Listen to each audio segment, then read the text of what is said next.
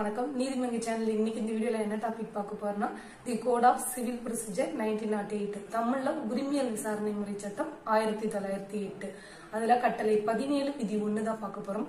கட்டளை 17 என்ன சொல்லுதுன்னு பாத்தீங்கன்னா அட்ஜார்ன்மெண்ட்ஸ், அதாவது தமிழ்ல ஒத்திவைப்புகள் அப்படின்னு சொல்லுவோம். ஆர்டர் 17 ரூல் 1 என்ன சொல்லுதுன்னு பாத்தீங்கன்னா 1 வந்து அட்ஜார்ன்மெண்ட் பெட்டிஷன் அப்படின்னு சொல்லுவாங்க.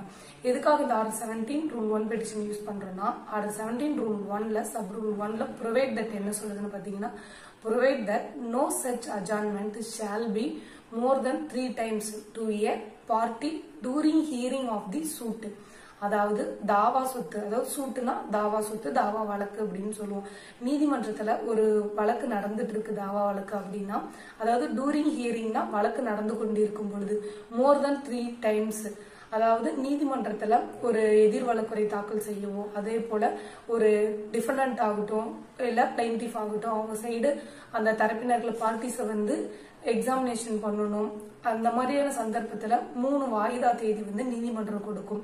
முதல் வாய்தா தேதி கொடுக்கறப்ப அவங்களால வர முடியல, இல்ல 2வது வாய்தா தேதியில வர முடியல, 3வதா கண்டிப்பா நீங்க வரணும். அதாவது NFAன்னு சொல்லுவாங்க, நோ ஃபர்தர் அட்ஜார்ன்மெண்ட், ஃபைனலா நீங்க இந்த தேதியில வந்துடணும் அப்படின்னு நீதிமன்றம் வந்து கால அவகாசம் கொடுத்திருப்பாங்க.